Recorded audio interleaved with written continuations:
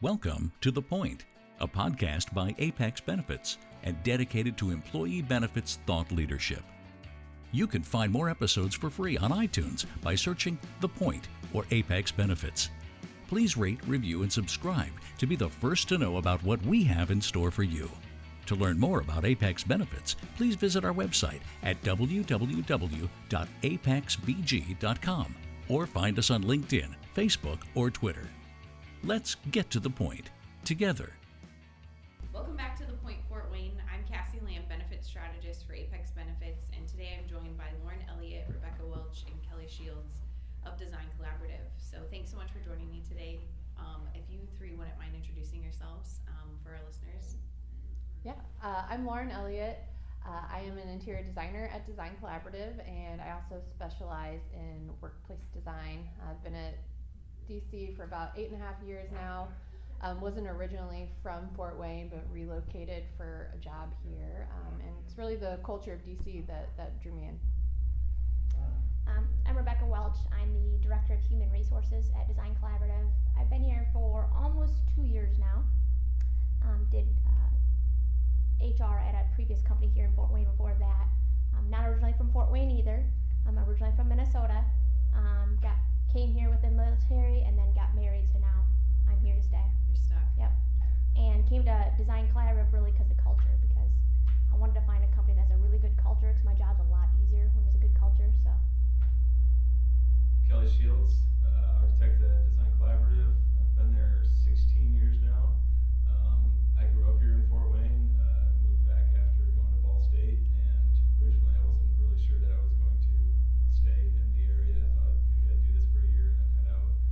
And really what kept me was the opportunity to, 16 years ago Fort Wayne was a different place, and it's been a great time to be an architect in Fort Wayne, and got to work on a lot of great projects that have really changed our community and how our community thinks about itself. Awesome. Could you elaborate on that a little bit? What's one of your favorite projects that you've worked on? Oh man. There's a lot that you guys have done, but is there anything that sticks out? Yeah, so a couple months ago I had to put something together, and I love the downtown projects. They're it's just been really exciting to see the changes in downtown. And I've worked on, I think, 22 build projects in downtown Fort Wayne. Some of them smaller, like office fit outs and things. And the biggest, most exciting thing I've ever been a part of is Promenade Park. Just the way that opening weekend, or even now it's a year later, it's still bringing the community together in ways that it never had before. Just every type of person in our city's been coming together there. And really, again, it's made people think of Fort Wayne with a little bit more pride, and maybe put a little bit more of a chip on our shoulder and say, hey, we could be, the next level city. So Promenade Park has been just really, really exciting. It was exciting through the whole design process, and then through construction, and just seeing how it's getting used has been amazing. That's awesome. So what's one of your favorite projects as far as interior design goes? So I'm going to be a little bit more broad probably with mine. So in general, I think we get really excited about jobs where their project goals really align with our mission as a company, and that's people first places. We design people first places. So when we work with organizations where they put their people first and they want to design like a culture focused building, I think that gets us really excited. So some really good examples of that locally have been the Pizza Hut office. They just relocated to downtown. So that was a really exciting job. Aptera is another one. But yeah, I think like in general, those are some really kind of exciting projects that we've worked on locally in the workplace market at least. So. Okay, that's really exciting. So as far as community projects go, and anyone can answer this, what's some of your community involvement? Obviously Promenade Park benefits the community as a whole, but other than Promenade, is there any other community involvement that you guys can speak to? Yeah, I think a lot of our jobs are community focused. I think Turnstone is another great example of that. It's just really awesome to see what that building has become. It's now a training center basically for the Paralympics. So it's really awesome to be a part of that and to see that here in Fort Wayne, and just knowing that's something that you had a hand in is really helping just so many people, not only inside our community, but outside draw. Fort Wayne. Yeah. It's cities of our size don't have facilities like that for that community. Right. I mean, it's amazing that Fort Wayne has that. So I've got a daughter with neurological issues, and she's going to end up at Turnstone in a couple years. And I mean, it's just I'm trying to think of the right word, but Kind of full circle. Yeah, it feels good to know that like that is available here, and it's a world-class facility. And I mean, she'll be learning to walk and things like that alongside folks that are training for the Paralympics. And I mean, that just kind of gives you like something to look forward to. Absolutely. Yeah, I think it's been cool too over the last couple years. There's just been such a huge draw to downtown Fort Wayne, and I think that's probably looking at the community in a broader kind of range, but there's just been so many people that want to be a part of that momentum, and it's been exciting to be a part of that and to help people relocate to downtown regardless of what the project is, if it's an office building, if it's a park. It's just, there's a lot of people interested in building that downtown community. Absolutely. So you mentioned culture is big for you guys. What works for a design collaborative, and what drew you to the culture there? The people, the type of people that come to DC, that DC attracts, just most of them are all intrinsically motivated to want to be around each other and work with each other, and they're all very, very creative people. So when you combine those together, it's really cool to see what comes from it, the type of teams that come from it. Right. So it kind of happens pretty naturally, and the way it works is the original founders, there's a few of them, one specifically probably being Ron Dick, is one that's really, really rooted in that, the culture and the people aspect of it, and that's carried on from the beginning, and my hope is that will continue to carry on even once they're gone. So it happens pretty naturally at DC, I would say. Would you two agree? No. Yes. Yeah, especially being just the way you work on projects. There's partners that own the company. There's we've got interns, we've got architects, engineers, interior designers, graphic designers, all working together, and there's not really the sense of hierarchy of like, it's like, oh well, our partner that's a mechanical engineer, he's a partner, so we just gotta, you can't push back on him because he owns the company, and there's none of that. It's feels very kind of flat structured, that especially on a project level, that you're able to we all trust each other and kind of push on each other, and knowing that we're all trying to go in the same direction and create the best project for our client. Sure. I think everyone feels empowered too, that if there's something that you're passionate about, you're fully supported to kind of, run with that passion and really dive into something that you're interested in, and you can really push that pretty far, I think, at DC, and that's exciting. That is. You don't find that everywhere. Yeah, And yeah, it's like you pretty said, great. I mean, it really is a big factor of, in Northeast Indiana, we're trying to attract and retain good talent, right? And so hearing that, that culture aspect is a huge part of that. So we're all sitting in this room 6 feet apart, and I have to ask the question, how has COVID affected your business and the structure that you guys are used to? You do a lot of collaboration, and that's hard to do when you can't be in the same room. So how has COVID affected your business model? That's your question. I mean, I think from it, the first start of it, it was never a matter of like if we can do this, just how we do it. Mm-hmm. Like how do we continue to give the customer service that we give, and how do we continue to be there for our clients the same way we were before, just it's got to look differently. And luckily, I mean, the type of work that they do is something that was able to be moved remote for the period of time. And luckily, we went through it right along with our clients and the community. If it was just us and nobody else, it would have been much harder. Mm-hmm. But since we all went through it together, everyone was kind of more flexible and a little bit more creative and innovative how we do it. But they were still able to execute majority of everything that we do in that setting. There's a few small things that required in person, but other people weren't looking for that as well. So in general, the teams, I mean, adapted really, really quickly. It was never something we had done before. Mm-hmm. We had never even had, I'd say, 10% of our company remote before. Wow. And we went to pretty much 100%. But it took us probably a week just to wrap our arms around it and push everyone out, and the teams did really, really well. If anything, we've actually gotten really strong because we learned a lot of new things that we'd never had forced ourselves to learn before. We're much more agile now, even so much so that we can look to see what does this look like to provide this service much further away from here, because now we know we can do that. So it's definitely given us some strengths. That was really, we didn't use Slack or Teams, or we transitioned to Teams basically like overnight, and going to video chats and things like that. And I think one of the reasons we resisted is because we're a very face-to-face kind of culture. Like, we brought people together for everything. We wanted to be in the same room and working on the same stuff together. And when that wasn't possible, I mean, it was like flip of a switch. We all just adopted using Teams, and it opened up the chat function and the video call function, and really, I mean, we all have our Zoom fatigue now, but like, we were still getting that, face-to-face interaction, and I think that has been pretty helpful, because like you said, we can now have more remote opportunities with clients or employees, and I think it's also helped just in other ways, like create new forms of collaboration, where we're trying to come up with an idea for a project.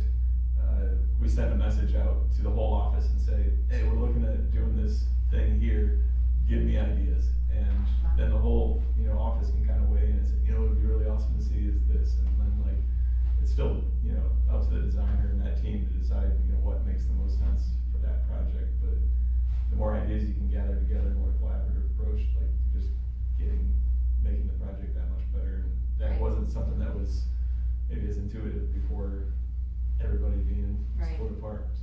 So in retrospect, it's kind of benefited your organization to have that breather of, how do we figure this out to do everything remotely?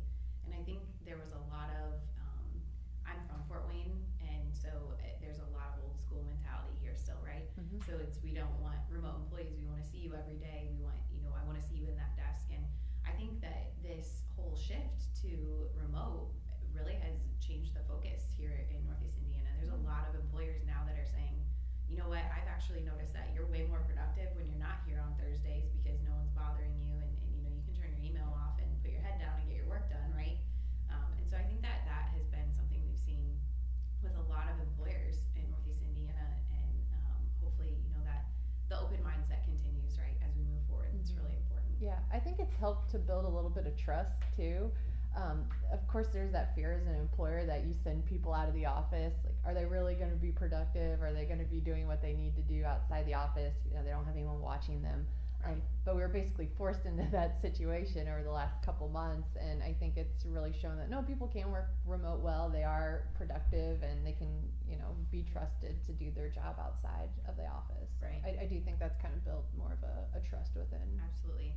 We internally at Apex, we had the capabilities to work remotely if needed, but we've definitely shifted to there's more opportunity to work remote if you need to.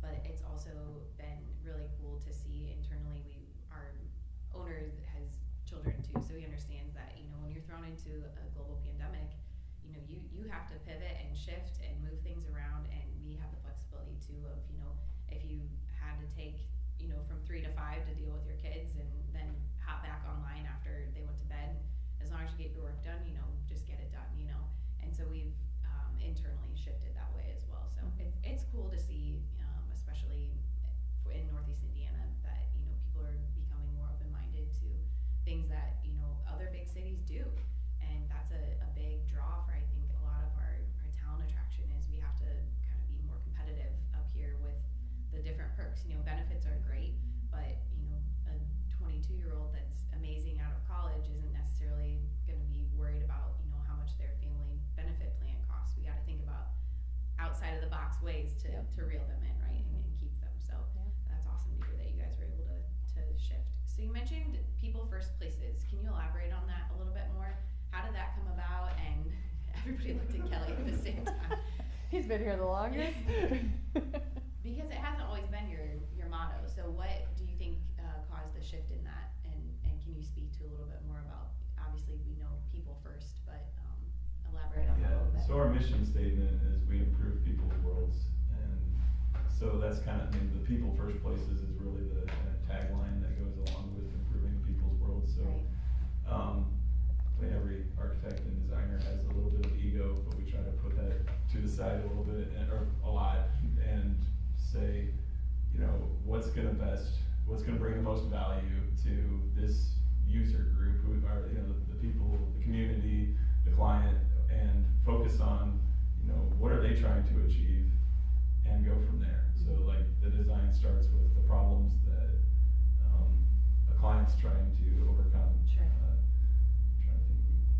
So we worked with Barnes and Thornburg, local attorney, and they were in a space that was kind of, I mean, it may as well have been a basement. It was surrounded by basement in the sky. It was really, yeah, tallest building in Fort Wayne, but it felt like a basement. Sure. It was everything was very closed off. All private offices along the perimeter, and you know, closed doors. And then there was a couple of like administrative staff that were like stuck in the middle next to the library of files and never could see outside, and nobody talked to each other. I'm not being, you know, over exaggerating a little bit, but you know, there just wasn't a lot of collaboration happening. People went to their office and did their work, and then kind of left at the end of the day.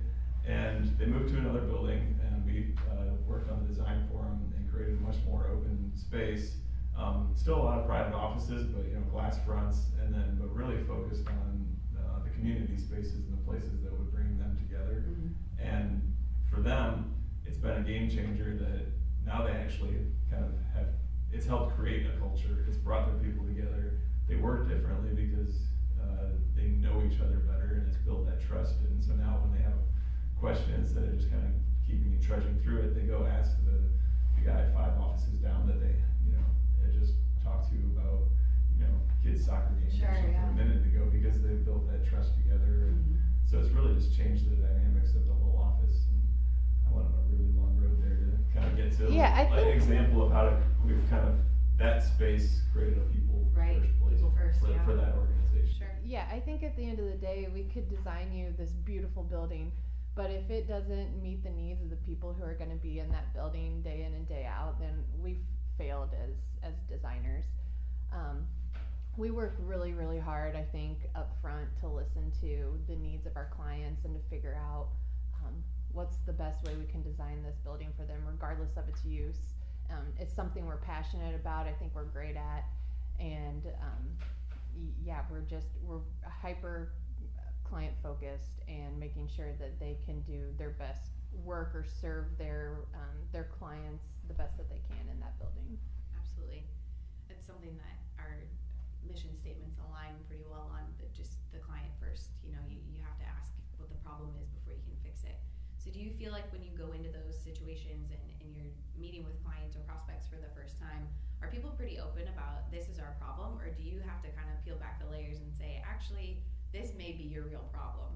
I think people come into it with an idea of what their problem is, and for the most part, it's a good place to start. But once we dive into it, definitely, you kind of do see what's working and what isn't, and it might be completely different than what we had originally landed on. But I think it's our job to kind of guide people through that process, and you don't know what you don't know, and luckily we've had experience with certain project types in the past, and I think we're able to guide our clients through that process and to offer pretty good insight on how we can help them get to that final solution. There's plenty of clients that'll show up and say, I need desks for 40 people and 2 conference rooms and a boardroom and a place to put coffee, and but then if we start asking more and more questions, you start to realize that, well, 10 of those people are working remote most of the time and are never in at the same time. Like, do you really need 40 spaces? And, that's fair.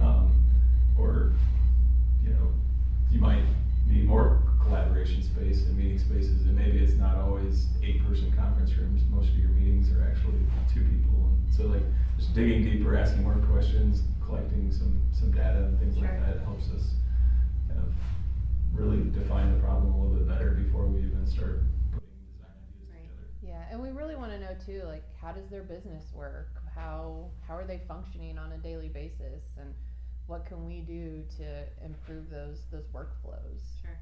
So what's the typical process? Let's say somebody comes to you and wants you guys to help design a new office. Do they meet with the architects first, the designers first, the interior design? What's that process look like for our listeners who may be in the market for a new design? Yeah.